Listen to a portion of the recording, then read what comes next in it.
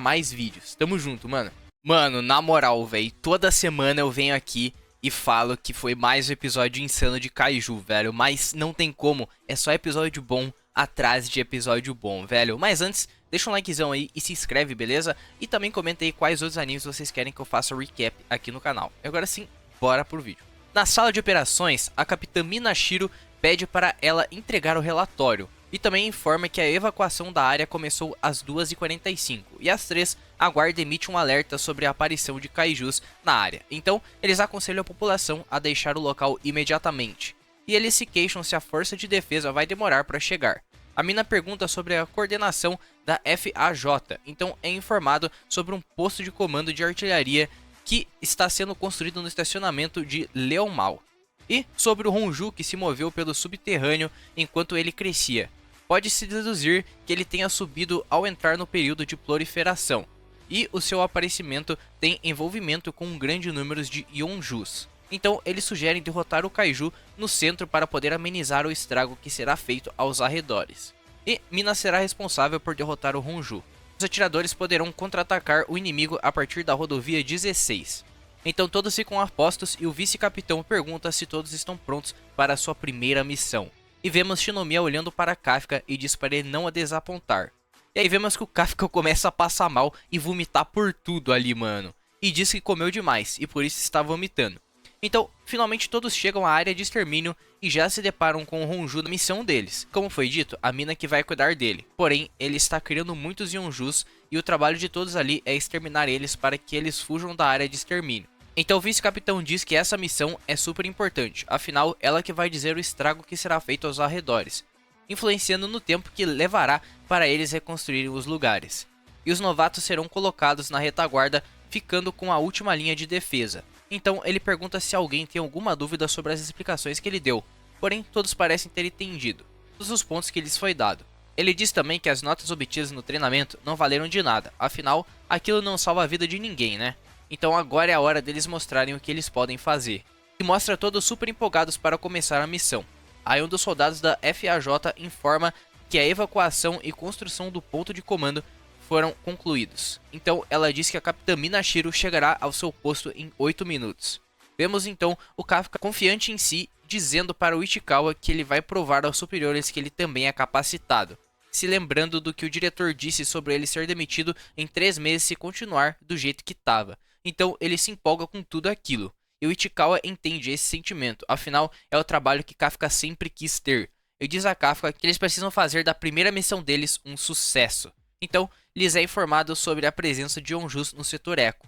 Kafka e Shinomiya se encaminham à missão, e vemos a Mina se preparando. E a Quatro Olhos diz para eles atraírem um Honju para o setor e mandarem bala nele. Então, quando eles recebem o comando, começam a dar disparos para servir de cobertura para a força de defesa. E o bicho mesmo com os ataques permanece de pé, se movendo. Então vemos o vice-capitão assistindo de longe e torcendo por eles. O Kafka pensando sobre estar em uma missão de verdade e diz que se sente calmo com essa situação, dizendo que o traje esteja passando essa confiança para ele. E quando a gente acha que ele vai mitar, ele toma uma e é jogado para longe. E a Shinomiya sugere que ele fique para trás. Então vemos um membro da força de defesa se queixando sobre os novatos e dizendo que eles não podem ser babá deles. E a Shinomiya decide então mostrar como que se faz, estourando todos os Yonjus e impressionando o cara. E ele diz que esse não é um poder de uma pessoa amadora. Então o Kafka parabeniza ela e ela fica tímida. E o combate com os Yonjus permanece, e esse mano aí tá tendo um ótimo destaque, por conseguir acabar com vários de uma vez. Porém, o outro que tá tendo uma ótima performance é o Ichikawa. E ele diz que trocou os cartuchos de sua arma por cartuchos congelantes, dizendo que isso combina mais com seu estilo, além de deixar o inimigo mais lento durante a batalha. Ele diz que se tornará um caçador ainda melhor quando se acostumar com sua nova arma, e que ficará mais forte para que o Kafka não precise se transformar. Então vemos que ele se impressiona com o quão forte estão os novatos dessa leva, e um deles até se gaba por ter matado 6 Yonju, e o outro diz que 4 foi ele que ajudou. E a mulher ali tá aí de olho na aparência dos rapazes, e até leva uma bronca do seu colega. Ela diz também que, além de muito mais forte, a média de poder de combate deles está muito mais alta do que comum. E acredita que isso se deve ao alto escalão tá fazendo todos melhorarem. Então é dada a informação que o setor Julieta já está livre dos Yonju. E no outro pelotão, Ichikawa e Furuhashi na vanguarda e o Kafka nota que todos estão mandando muito bem e que ele só está atrapalhando. Então ele se lembra quando foi dito que eles precisam procurar pelo ponto fraco do Yonju. Então ele começa a desmembrar eles, notando que o núcleo não está no lugar de sempre. Então após continuar a analisar o Yonju, ele consegue encontrar o núcleo. E ele já avisa o vice-capitão e diz que o núcleo fica na nuca, porém há uma área dura de músculos que serve como uma coluna, sugerindo que soldados mais fracos os ataquem pelas laterais. E também diz que eles possuem órgãos reprodutores, que são aquelas bolinhas brancas ali. Então eles precisam destruí-las para que eles parem de se reproduzir. Então o vice-capitão, após todas as informações, diz que ele fez um ótimo trabalho e pede para passarem as informações a todos. E o Kafka fica sem acreditar que foi capaz de ajudar a força de defesa. E ele começa a neutralizar todos os cadáveres dos Yonjus, para que eles não se reproduzam mais. Enquanto corre, promete a si mesmo que fará de tudo para chegar ao lado de Mina.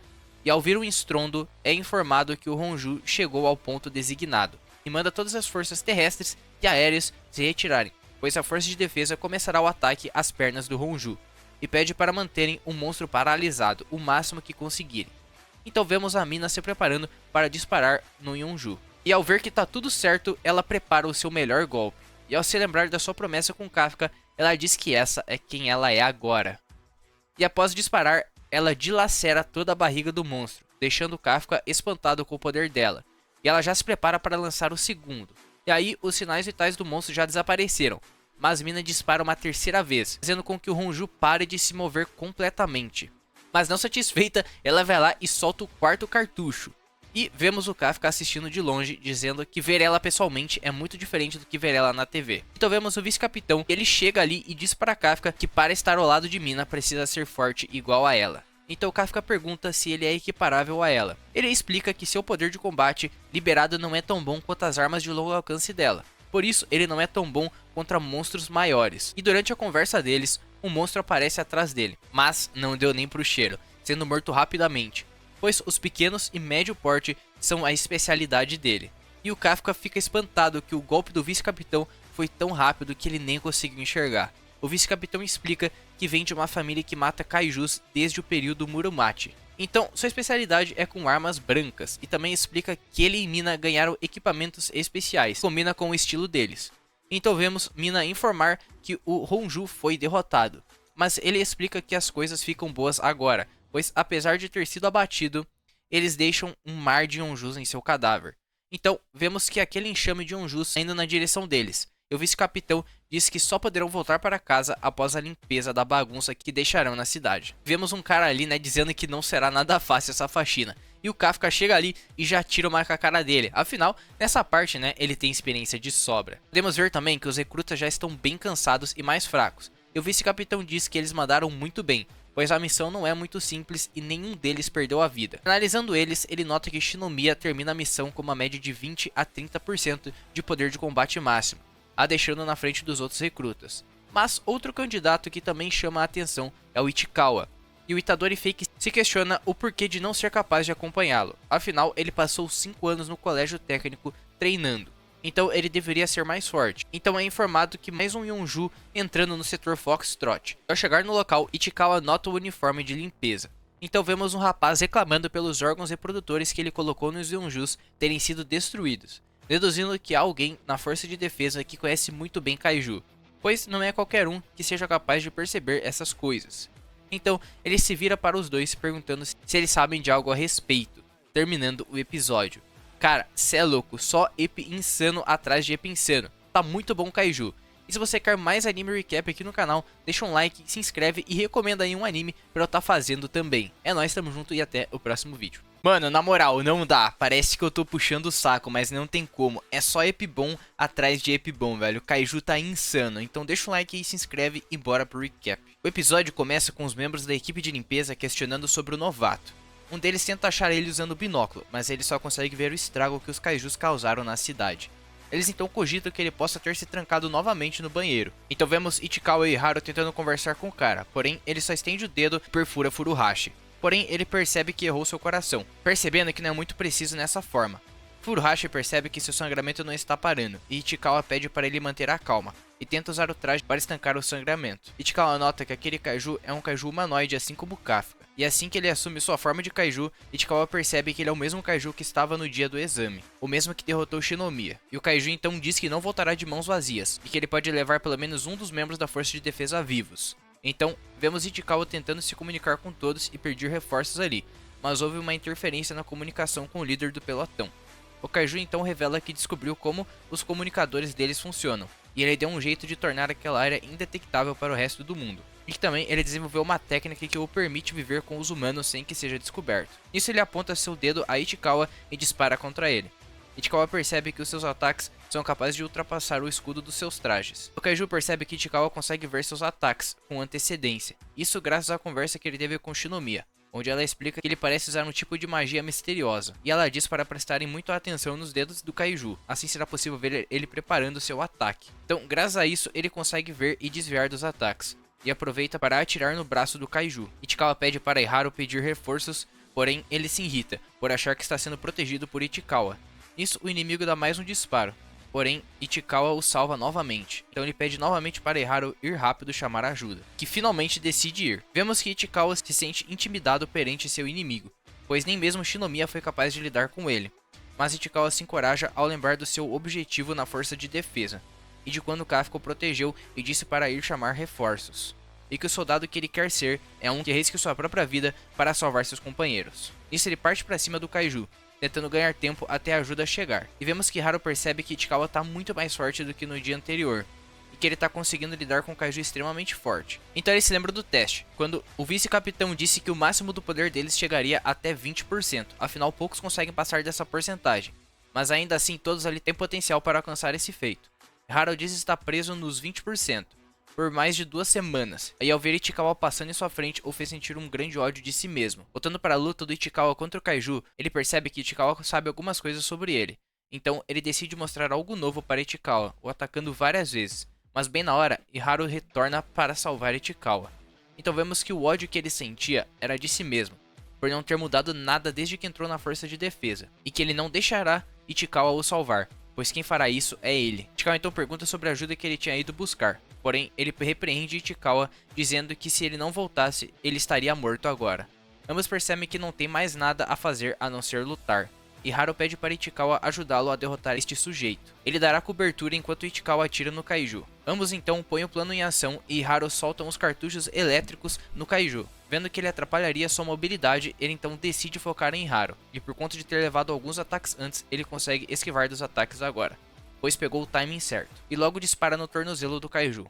Então Ichikawa aproveita para disparar nele também, mas quando a poeira baixa, eles se deparam com um monte de cadáveres de Kaijus. Então o Kaiju sai de dentro daquele monte de cadáveres e dispara em Ichikawa várias vezes. Nisso, o vice-capitão recebe um comunicado que perderam comunicações e sinais vitais de Haru e Ichikawa. Kafka fica bem preocupado. Shinomiya chega no Kafka para informá-lo da chegada do Kaiju humanoide, pois ela está sentindo ele.